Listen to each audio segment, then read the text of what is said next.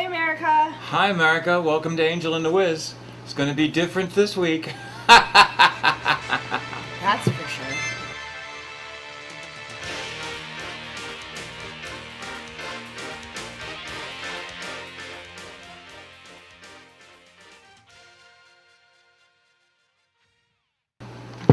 So, So, the people that have been following us yes, know we that love them too. a while back I had colon cancer. Okay, and I had a big tumor It was removed. 2 years ago, right? Yeah, 2 years ago. Okay. And then they kind of followed us when we did the chemotherapy. Yes. Everything You else. and your tingly fingers. The tingly fingers, which I've finally gotten over. And what happens is that when you have colon cancer, you get a colonoscopy, where they check your colon. How often do you get those? Well, you have to go once a year, Okay. every year. Who's this? Hello? Sorry, folks. Hello? Priorities.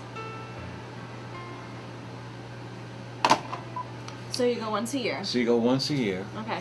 and then they check, and you go once a year for 5 years, and So I went last year, everything was fine, well and good, and I went this year, and when I came out, they had already talked to Tina, and they told her that I had a recurrence, Okay.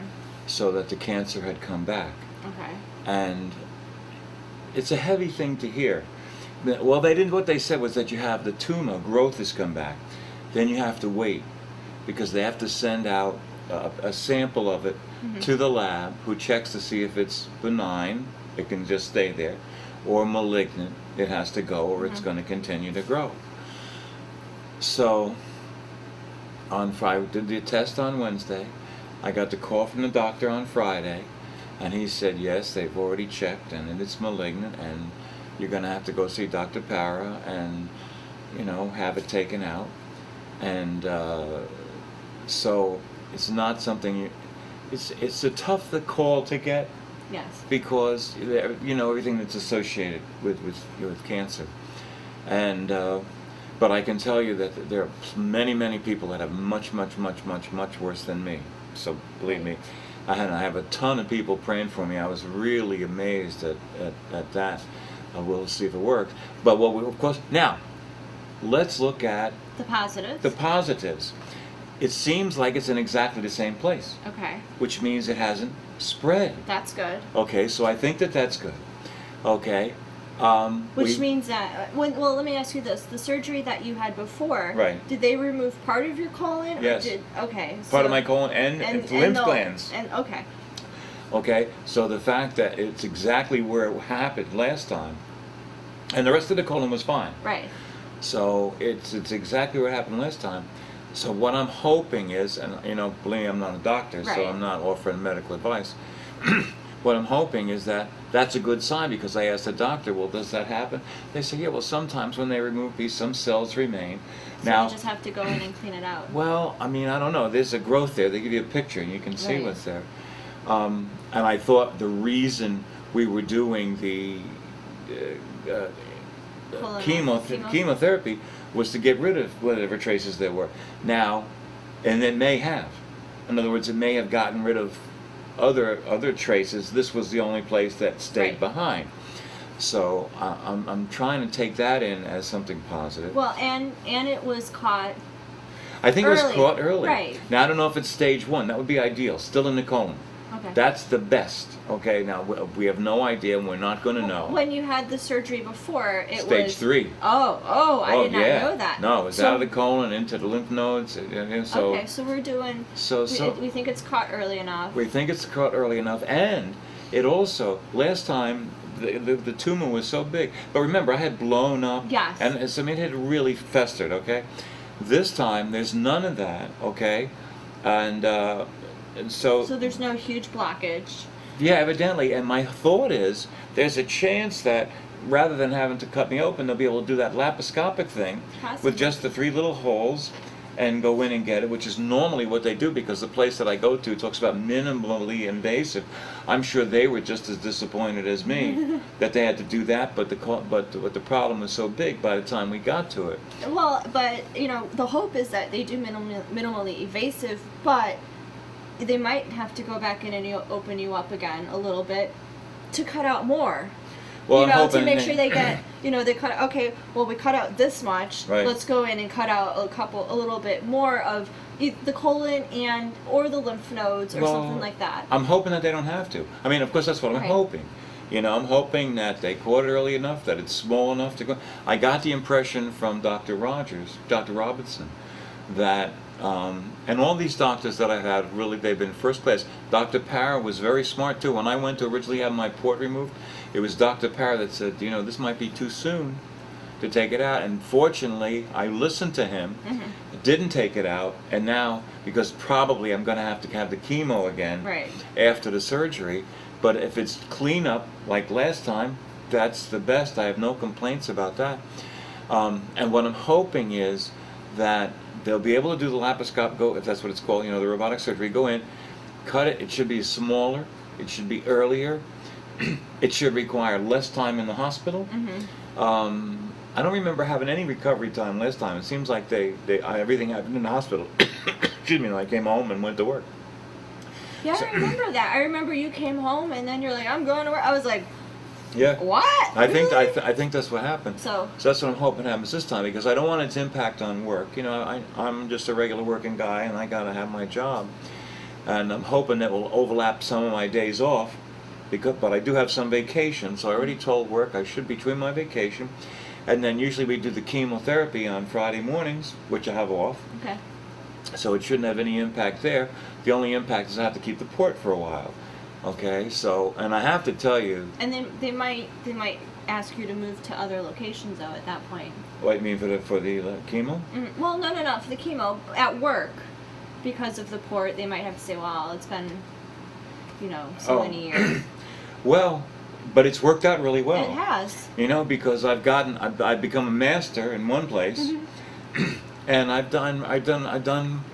it's just worked out that these were just two perfect places for me. Okay. And it's worked out good for DPI. Oh, I shouldn't have said that. To have somebody that knows as much as I do in my area, because for people like me who walk in and I'm like, I don't know how to work. Yeah, because when you do rotations, people don't get a chance to specialize. Don't get a chance to really learn. Right. So in any event, and I must say, besides the doctors being really, really, really super, super great, the people at work have been great. They've been supportive. They've been sympathetic. They have been, and sometimes they know more than me. I say, oh, well, this will happen and I'll be back. And they'll say, well, this may take, so they really know their stuff. But they've been I wish there was something I could do for them, because they've been just so incredibly great. But in any event, I don't want to, while it's a horror when it happens, I just want you all to know that I love being here, I love doing the show, and it's been great. But I want you to know that there are many people that have it much worse than me. I even have a friend that has it much worse than me. And so I feel, I feel really, really blessed. And maybe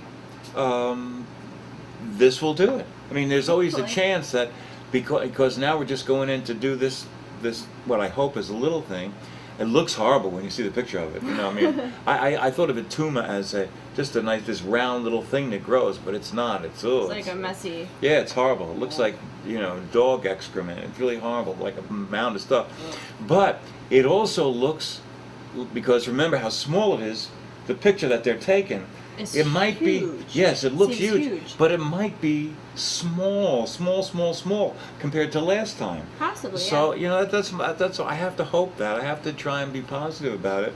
Being positive is very important. If you have cancer, or you're around people that have cancer, it's very important for you to be upbeat and supportive, and don't nickel and dime them, and if they make little mistakes, don't drop the world on them. Excuse me. Because all of that stuff adds to their stress. And stress is bad. And stress, cancer loves stress. If cancer could order something just for it, it would be stress. I bet it's, you know what? You need to stop stressing about Obama.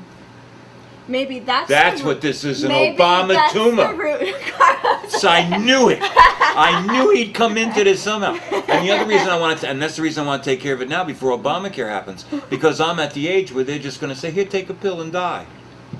Just take a pain pill until you die. We don't see any value in you. You're a senior. I see value in this youngin would speak up for your value. Well, let me Because tell I'd be you. like, I can't do the show without Wiz.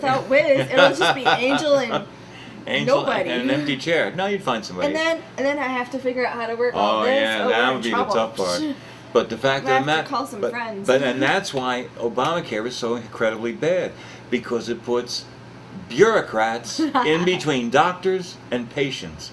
We want medicine where it's patient and doctor. Let them talk together. Let them get the best that they can. Let them work out the best that they can. Because, I knew he would creep into this somehow.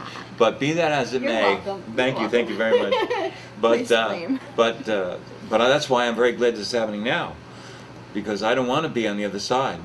That it's a horrible, horrible thing, what they're doing, and it's criminal. It is unconstitutional. You cannot mandate to a United States citizen that they must do something.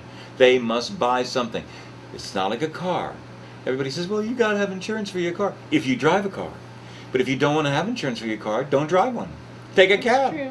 Okay? And all of a sudden, that mandate doesn't apply to you. So, I mean, there's all kinds of constitutional problems with it. But be that as it may, I don't want to get sidetracked. The point that I'm trying to make is this. If you're around somebody that has cancer, you want to be as supportive to them. Laughter is the best medicine in the world. Let me tell you something. If you like Louis Anderson, or you like Gallagher, or you got comedians that you like, the best thing I can recommend to you, get those DVDs, pop them in, watch them, and laugh away. Netflix. Because it really, laughter is a tremendous, it fights stress. It alleviates a lot of internal things biologically. Mm-hmm. And another thing I want to say that's very, very important. And if you laugh hard enough and long enough, you'll get a nice six-pack from your Oh, really? I hadn't thought about that. I've had like pains in my sides from laughing so hard. You know, But just that's like, a wonderful thing, laughter. But anyway, the other thing I want to really, especially to you people that are with somebody that has cancer, okay? Especially if you're in a relationship, they're going to have days when they don't do things right. They're going to have days when, they're the same people they've always been. Try not to go down on them. Try not to hit them hard. Just try. And so I know sometimes you get upset with people, but try not to, because it affects them. They hear it. It comes inside, and the little cancer cells go celebrate down wherever the cancer is and say, ooh, goody, goody, goody, goody, we're going to grow, because we're going to grow on this hate and this sadness and all that stuff. So, okay, so I mean, I know I've been a little bit raving on, but it's okay. the fact of the matter is, cancer is a killer, and it can do horrible things. I have a friend of mine who had I'm not sure if she had breast cancer or something like that, lives right up there in the city. And I just found out from her husband that it reappeared, and it took an additional toll, and it's sort of, and let me tell you something. It made me feel very, very modest in my concern for myself because of what she's going through. And I send you my prayers, Princess. I keep you guys in my prayers every single night, and that's what it is. My Aunt Barbara called me, Aunt Pat, the wonderful Aunt Pat. Hi, Aunt Pat. Hi, Aunt Pat, who We sends love us you. all that stuff, okay? She called Barbara and Chuck and told them, Barbara's my other aunt, but she's tough to get in touch with because she has no email or anything like that. And she called and said that she was going to pray, she was going to get the church that she goes to pray, they're going to pray, so I mean, I believe in prayer, and, because my life's been pretty wonderful that way. Would you like to go to church with me on Sunday? Oh, I don't know So about service at 5:30. In the morning? In the evening. Oh, I don't know. I just don't know. I'll have to think about that. I'm with the Lord now. I know. You know what I mean? This is my TV. This is my church. No, you know, but you know, I mean, I'm one of those people that is never out of church. Do you know what I mean? Yeah, I mean, I'm I always. understand. I'm just saying it would be No, an I think that's opportunity very sweet to to- invite me. I don't know. Okay. Sunday's the day before I go back to work, and I just try to take it seriously. And you know, the other funny thing is, so get this, just to show you how the Lord works, okay? And it works in my life. I hope He works the same for you. When I went to do the colonoscopy, I have insurance. It's only 70/30. Last time the 30% was 180, which I was prepared for. This time it was 540. Holy smokes. Okay, that's more than twice. Okay, and that really upset me. Okay, and I think it's because the place that we were going to was bought by another place. Possibly. And that brought the price up. They've seen all these people making money and they want to glom in. Anyway, but so That's wait, right your before that. Your 30% was $540. Yeah, the whole thing was $1,800. Now, what I want to know is when the insurance company gets the bill, they always discount it, and it brings it down to this number. Well, I expect to be paying 30% of that number, not of the number before it was discounted. Normally, the price that you see is the discounted price on the thing. No, it's not. I notice when I get my little bills that they I send know me that- afterwards. I know I get, when I go to a doctor, now granted I've not had any of the things that you've done, but when I go to the doctor, they give me, I have to pay a copay. Right, that's what mine is. Yeah, which is what I do. Or just a office visit, I don't know, it Right. costs me like $30 Yes, every time. right. Usually Anytime I that's walk it. into a doctor's office. Right. And then then anything remaining from that $30 is billed to Right, the insurance company. the insurance, and then afterwards I get a bill. Usually about 6 weeks later, I get a Right. bill from from the doctor's office Right. that says, you know, discounted price was Yes. yada yada yada. Insurance insurance. You know, here's the Got total the discount, price. they paid the discount. Here's how much. So here's what's remaining of the discounted price. Right. Which is usually like $20 or $30. Something reasonable. Yeah. Well, So I wonder. I would. but the funny thing I wanted to tell you I would was, call your insurance company you know, to say. no, I'm going. If they get a reduced price, that's what I'm paying the 30% of. I'm not paying the 30% of the high inflated price. Oh, so you didn't pay it yesterday? Oh, yes, I did. I had Oh. to. Okay. Ah. But if it goes down, I expect mine to go down, and somebody's got to give me that money back. But be that as it may, the thing that was really unique is, you know, I had a bankruptcy. You know, we've gone through that, and I've been rebuilding my credit. And now I have 4 credit cards. I had Lucky. 3, but I've been very disciplined. You know what I mean? I have like $29 on one and $100 on the other. I mean, you know, so I'm really, Right. so I really didn't want to do this. But I had just received a credit card whose promotion was no interest for 6 months. So that's the one I used. Excellent. That's It worked smart. out just because great. You could probably pay that off. In I 6 will. months, yeah. I absolutely will. So that one happened. So that was one of the things that was Lucky. really, really nice. And you know, so you know that was one of the ways that the Lord works. And there was another one that I wanted to share with you, but I got sidetracked and I forgot it momentarily. You know, where there was just something else that happened to work out in a good way. You know, and that's how. So my life has been like that. You know, and how are we doing time-wise? Oh, tonight, this is, both of these shows are 25:39, 25:37. Nice. Yeah. Okay, so we have plenty of time. Now, anything happening in your life that you want to talk about? Not really. Okay. I had a great blessing. I got a bonus from Okay. my employer. Okay.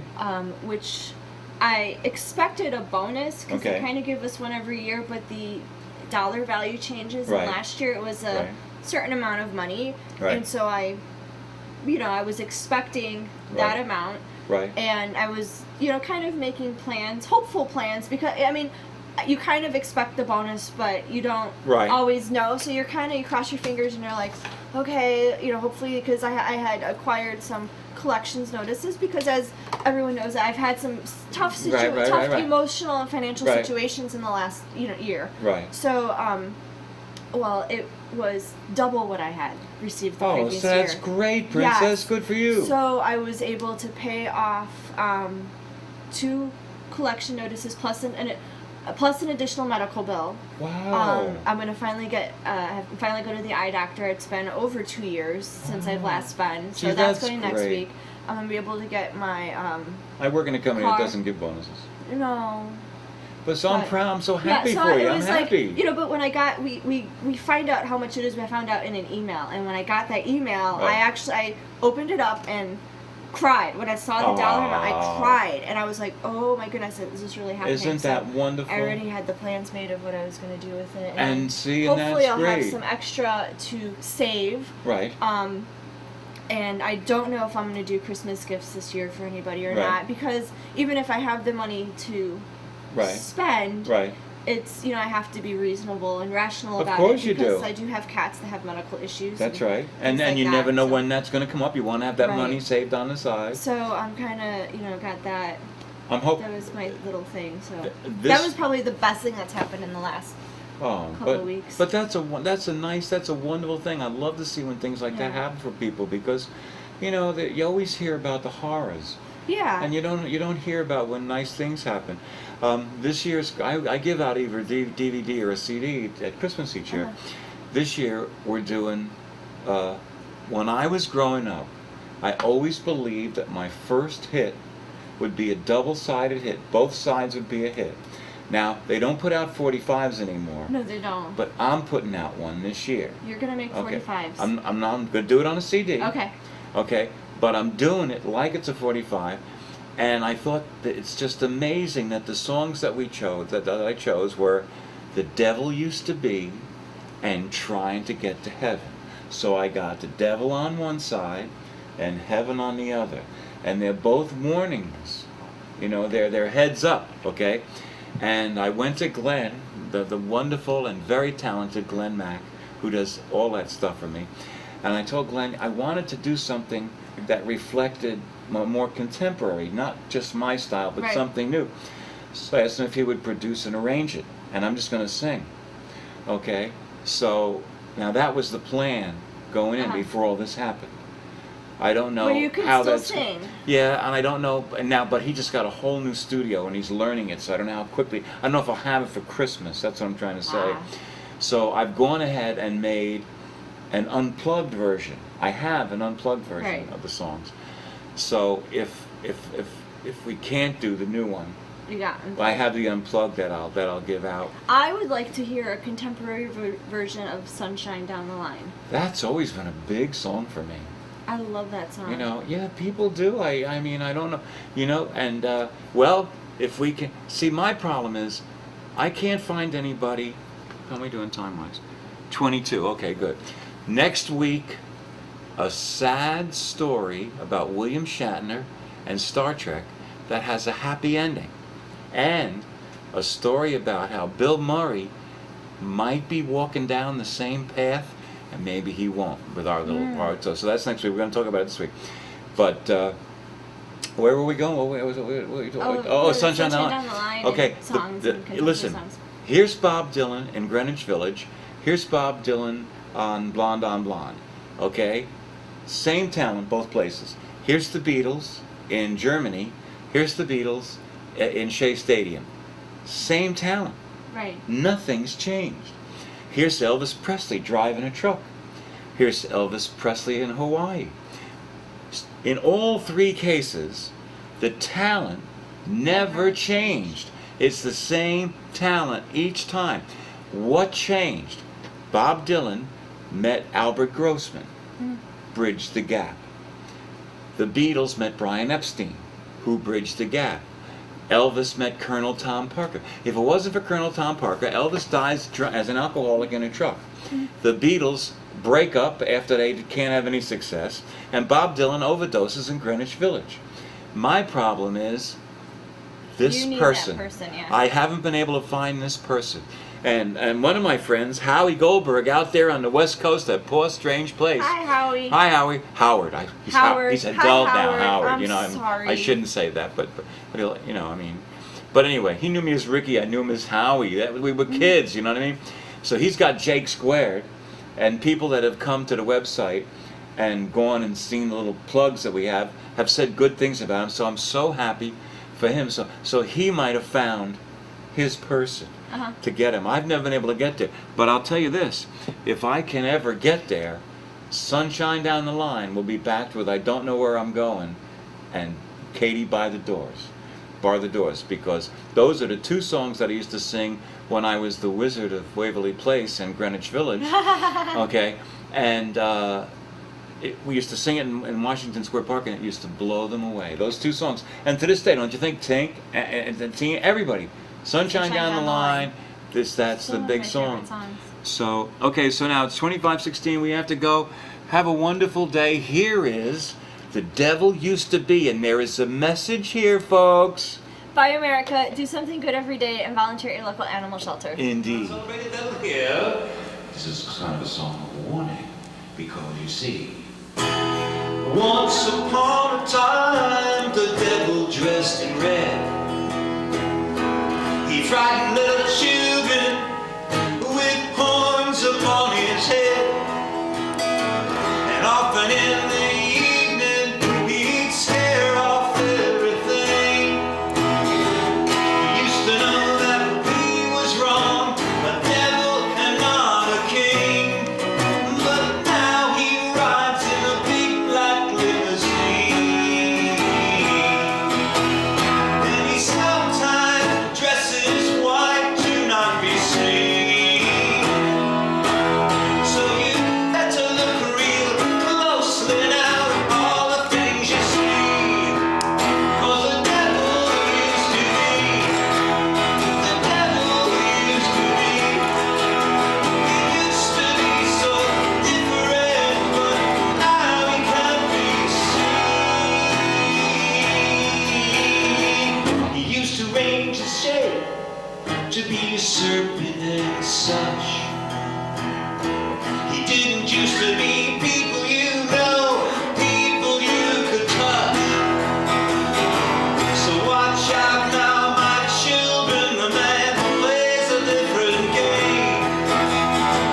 For this time he wants to win, and that would be a shame, because now he rides in a big black limousine, and he sometimes dresses white to not be seen.